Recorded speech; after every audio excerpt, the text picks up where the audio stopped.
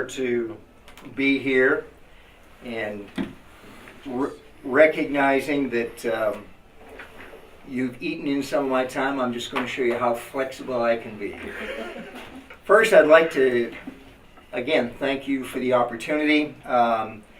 This talk is all about honoring the forgotten stars of the Blackball era, and that is segregated baseball. Jackie Robinson, Hank Aaron, Willie Mays, Roberto Clemente, Frank Robinson, Joe Morgan, Ernie Banks, and many other great Major League black ball players would not be there if it wasn't for the pioneers of the Negro Leagues that started playing ball from the 1870s into the 1940s. You all remember the Field of Dreams. If you build it, they will come. Well, for me, this book, the best season, the first 90 games, which I've got in a soft cover, hard cover, and it's even an Amazon Kindle version.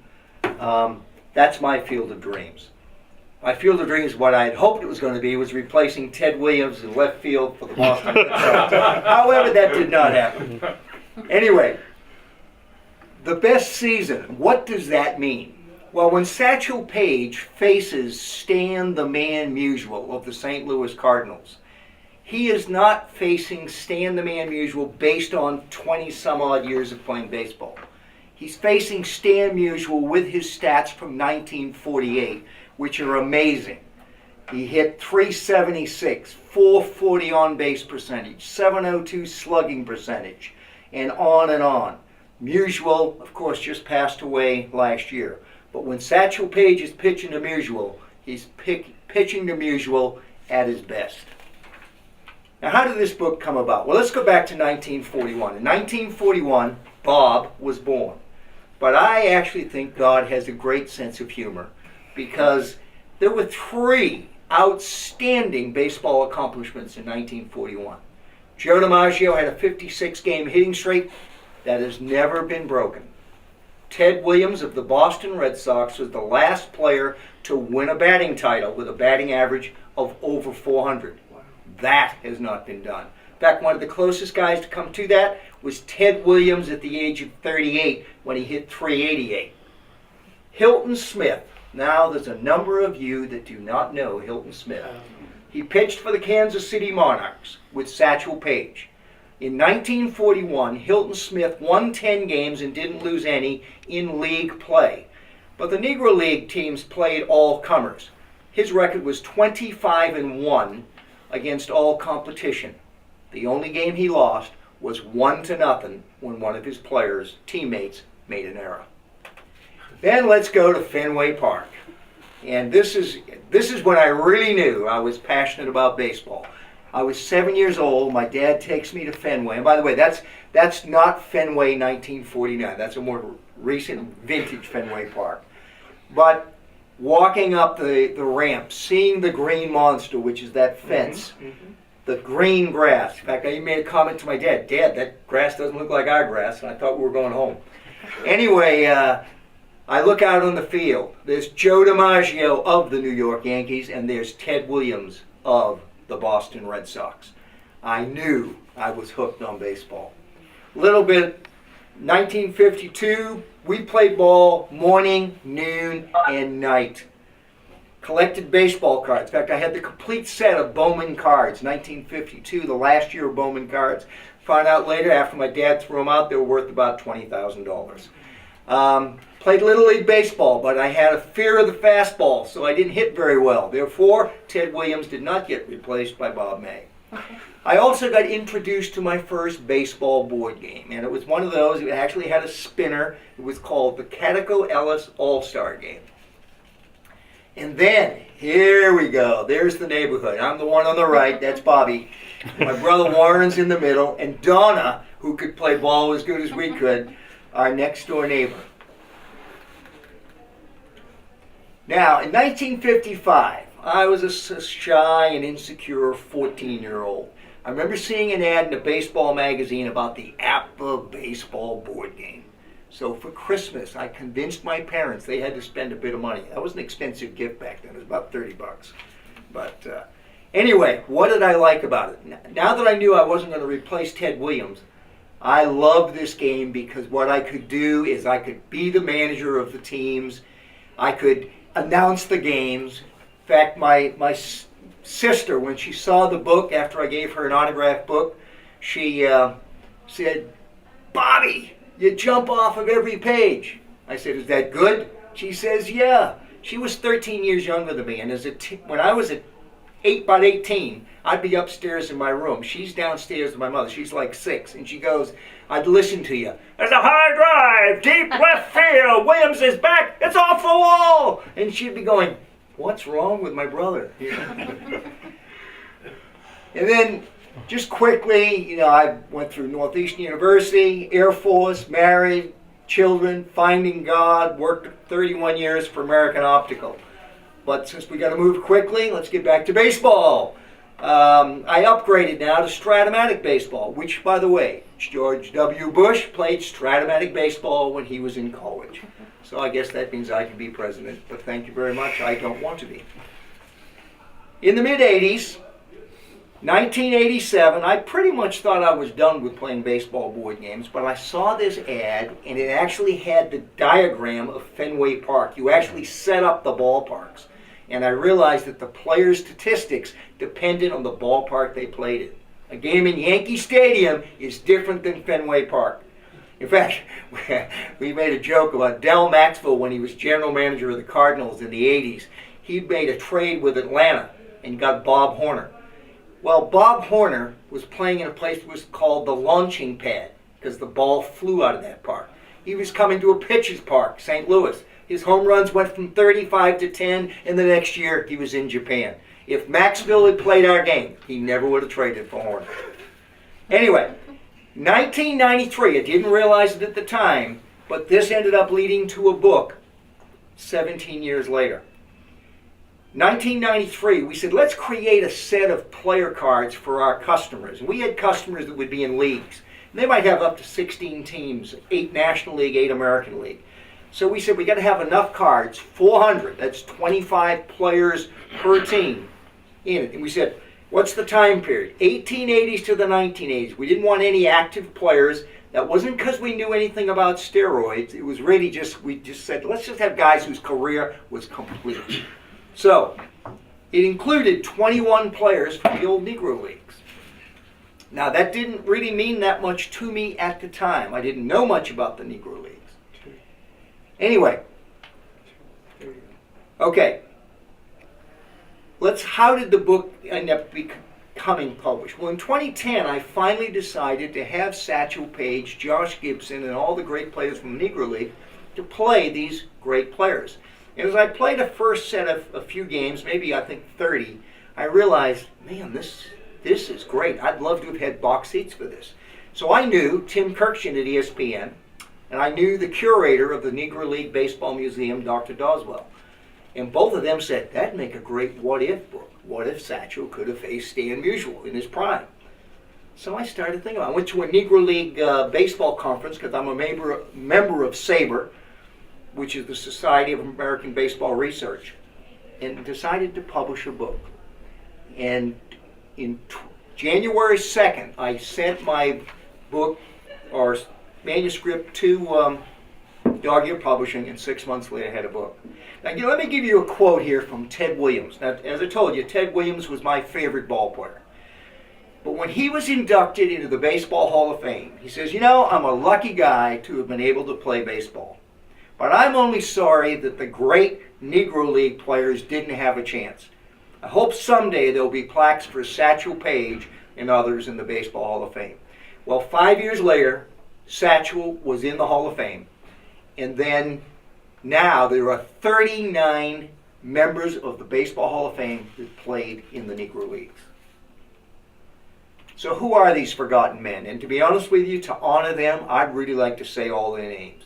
Cool Papa Bell, Oscar Charleston, Turkey Stearns, Cristobal Torriente, Monty Irvin, who will be 95 on Monday. My grandson and I had the pleasure of meeting him and giving him an autographed copy of the book. And he says, Bob, your book does honor the Negro Leagues. That meant a lot.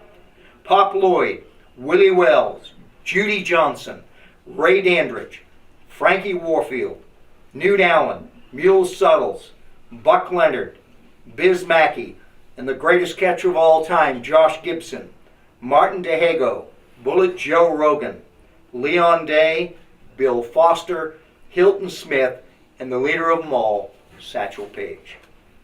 Now let me tell you what Satchel said about Cool Papa Bell. That he was so fast, he could shut the light off in the hotel room and be in bed before the light went out. But one time, guess what? Cool Papa Bell gets to the hotel room first and notices there's a delay when he shuts the light off. So he says, "Hey, Satch, watch this." Flips that switch, he's in bed, light goes out.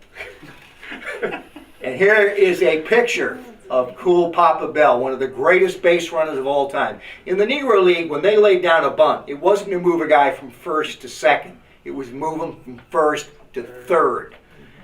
So they're playing the Major League team one time. Bell's on first, so they lay down the bunt. Well, the American League catcher notices there's nobody covering third. He runs to cover third. Bell runs right by him and scores on the bunt. Dizzy Dean, quote about Oscar Charleston. Charleston could hit the ball a mile. He didn't have a weakness at the plate. According to Bill James, the fourth greatest player in baseball history was Oscar Charleston. Ruth, Honus Wagner, and Willie Mays were the only ones better. There's a picture of Oscar. Turkey Stearns, outfielder for the Monarchs.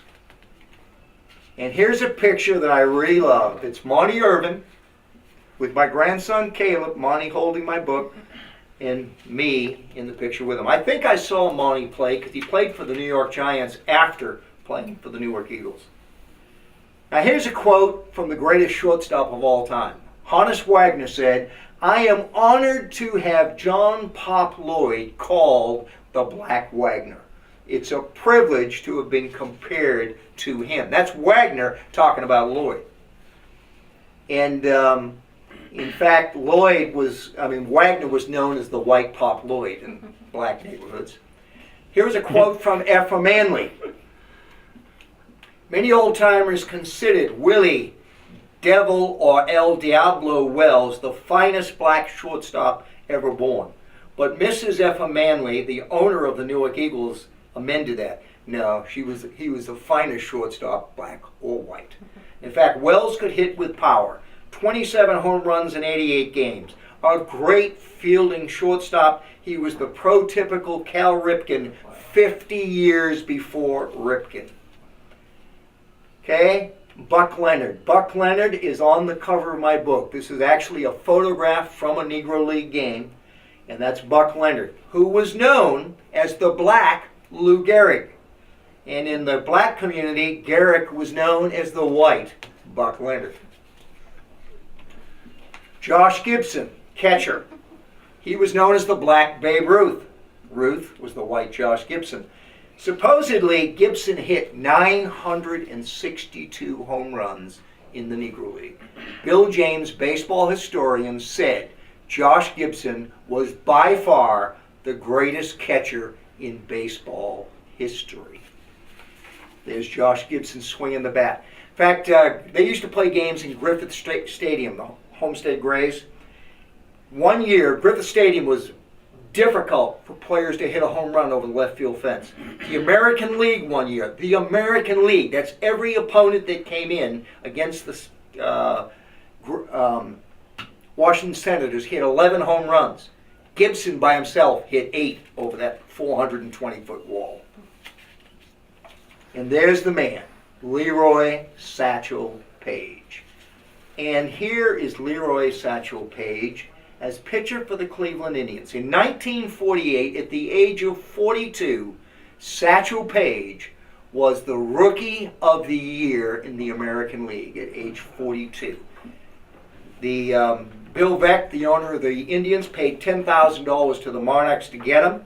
He won 6 games, lost 1 in 2 months of baseball with a 2.48 earned run average. By the way, 1948, the last year the Cleveland Indians won the World Series. Now, Bill James, the baseball historian, created a way to evaluate players called win shares. And what it does is it takes players of any given year and sees how many wins they contribute to the team wins. Well, there was a study done, Major League Baseball Integration, 1947 to 1986, written by Mark Armour, and he used win shares to demonstrate how much better the National League was than the American League, because they were bringing up more of the black ball players from the Negro Leagues. In fact, I think the National League won 12 out of 14 All-Star games because the American League wasn't bringing up the black stars. And Mark says there were players like Willie Mays and Frank Robinson playing in the 1930s. They should be honored just as their successes were. And the best season, the first 90 games, the first in a two-book series, does just that. It honors those great players by putting them on the field again to play the greatest players in baseball history. Thank you very much.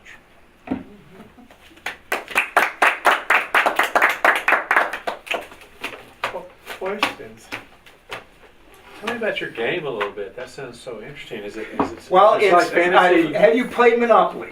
Yeah. Everybody's played Monopoly. Well, picture a baseball game. It's got dice. In fact, in our game, we have 3 10-sided dice, and they're red, white, and blue. So you read it red, white, and blue. That means there's 1,000 possibilities with every dice roll. Yeah. You start every game rolling the dice to see what the weather conditions are. A game in Chicago in April could get snowed out. Wind in Wrigley is going to be worse than in other places. Yeah. You can have beanings. You can have guys thrown out of the game because they threw a spitball. Anything that can happen in baseball can happen in this game. So when I play these games, I mean, I'm having a blast. You know, I mean, my wife and I, we watch Masterpiece Theater. We watch Downton Abbey together, but I'm playing a game with great players, you know, in history playing each other, you know. So it's done, and basically you've got 2 cards operating at the same time, the pitcher's card and the hitter's card. 0 to 499 will come up on the hitter's card. 500 to 999 will come up on the pitcher's card. So they'll each have a balancing influence. But over a season, the stats are amazing. And when I got through playing a full season, well, no, not a full season. The first book says the best season, the first 90 games. Half a season. But when I looked at the stats for these players, especially for the Negro League guys, because they played 90 games. The other players played 9 games each, representing different franchises. But like, for example, in the very first series in the book, they were playing a combined Braves-Pirates team because I didn't have quite enough cards for 16 teams because I had 21 that were Negro League players, okay? So I combined the Braves and the Pirates. Well, the series is tied at 2-2, and I'm playing 9-game series, which, by the way, the Negro Leagues played 9-game World Series. So I'm playing these 9-game series. It's series tied 2-2. In the 5th game, just to tell you how realistic the game is, Cool Papa Bell, the great defensive outfielder, pinch hitter Archie Vaughn comes up for the Pirates, and he hits what looks like a home run over the fence in right center. But Cool Papa Bell climbs the wall, makes a catch, and the game stays tied. It goes 19 innings when Josh Gibson takes a Phil Necro knuckleball that failed to knuckle and drives it out of the park. Well, that also changed something in the games that I was writing about. I had only had 6 pitchers on the Negro League staff. Well, all 6 of them had to pitch in that game. I'm going, they need more pitchers. So I got 4 black pitchers I took from the major leagues. I brought Louis Tion because I had 11 pitchers for the Indians. So I said, Louis Tion, 68 Indians, we moved him over.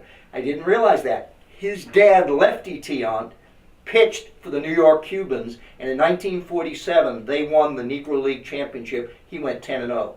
But I didn't realize that when I put Louis as a pitcher for the Negro League. I added J.R. Richard from the 1979 Astros, made him a closer for the Negro League with that strikeout pitch of his. Donnie Moore, added from the 85 Angels, and Don Newcomb from the 56 Dodgers.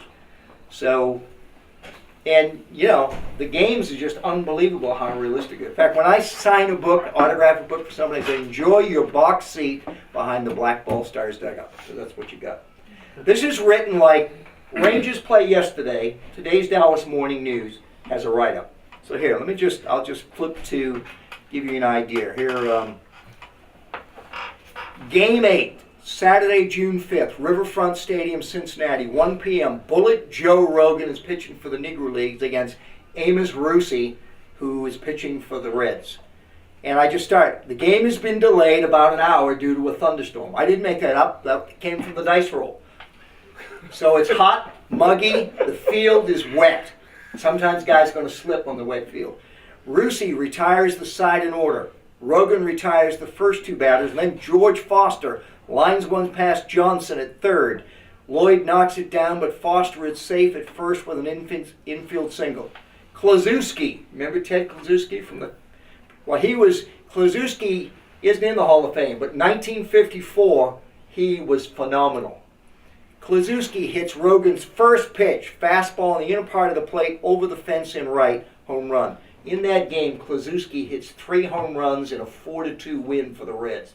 Of course, the Reds lost the first 6 games in the series, and the scoring in that series was unbelievably high, because the Reds had great hitters, but they never had great pitching, and the Blackball Stars ate them up.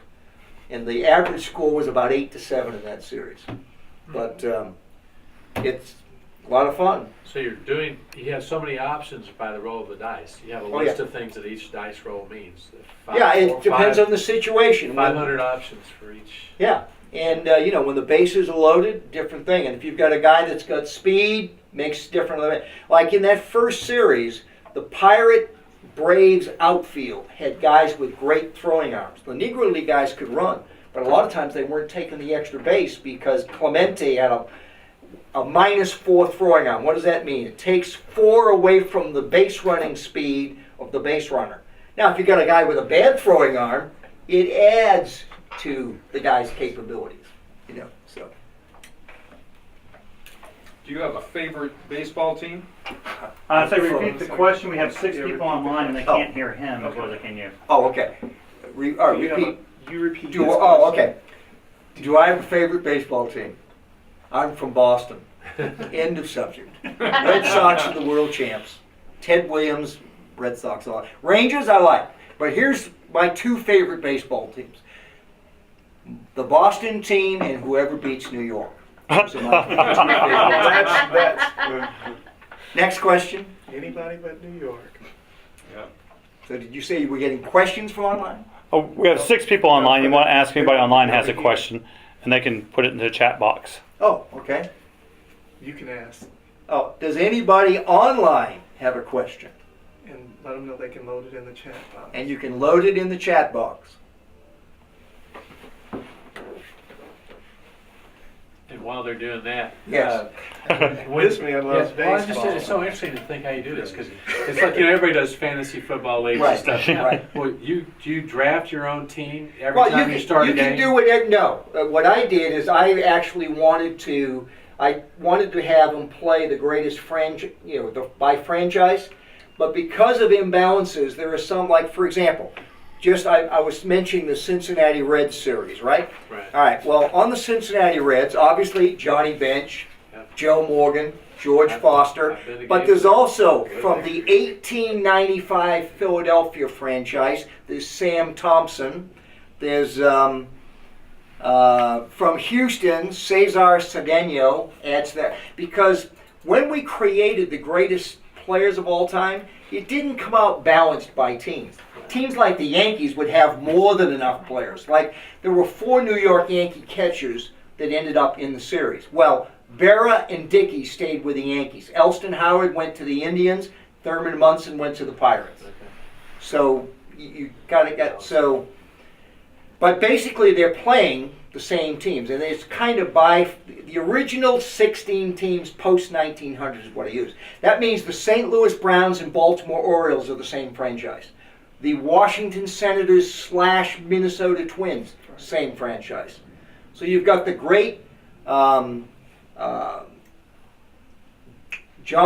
Johnson from his 1913 stats on the same team with Rod Carew and Harmon Killebrew. Okay. In fact, in that series, Walter Johnson outpitches Satchel Paige, and even though the Senator / Twin franchise was outscored by 9 runs, They won the series 5-4. All 5 games they won by a run or 2. The 4 they lost were by 3 or 4 runs. And Walter Johnson won 3 games and saved another. And Johnson's considered the best pitcher in history, and Page is considered number 2. And in book 2, the 5 greatest franchises are in that book. So there's no Red Sox yet, there's no Yankees, no Dodgers, no Giants, no Athletics. And there's also 30 all-star games in book 2. In other words, you take the 25 greatest players, Babe Ruth, Mantle, Musial, DiMaggio, Williams, all on the same team, playing these same Blackball stars. Okay? And the 30 all-star games will be book 2. They each won 15 games. The Blackball stars won 15, and the greatest players in the American National League won 15. They playing the All-Stars of the Blacks? No, the guys Playing in the here franchise. are the all-stars. There's well. only 21 guys in here. Okay. And these got 19 of them are in the National It's a Baseball Hall of select- Fame. selected. So they, yeah. This doesn't have the Negro League players, the unknown ones. These are the guys that, the only 2 not in the National Baseball Hall of Fame are the 2 second basemen.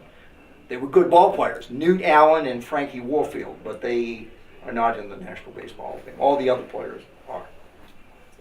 You ever? We're gonna have to go ahead and wrap the meeting up. Bob, fascinating storyteller you are. Well, it's, you can Fascinating. tell there's a passion there, and it's one of the things that I really believe God wants me to do is that, the percentage of books I sell to blacks is no different than the normal buying pattern. But you know what I get from almost every African American that I tell that I did this to honor those guys? Every one of them thanks me. That makes it worth it, whether I sell them or not. In fact, one other short story. I had a woman in our church bought a book for her dad. And her dad was old, and as she said, she always thought her dad was a racist. I mean, he just never could say anything good about it. He reads my book. Now, he loved baseball. He reads my book. He goes to a Sam's Club, about tackles a 6'6" black man to tell him he's That's got funny. to buy this book. He couldn't Right. remember the title. He said, just Google Bob May. But you know what? His daughter said to me, Bob, your book made a difference to my family. And I said, if I don't sell another book, it was worth it. So That's awesome. I'm on assignment from him.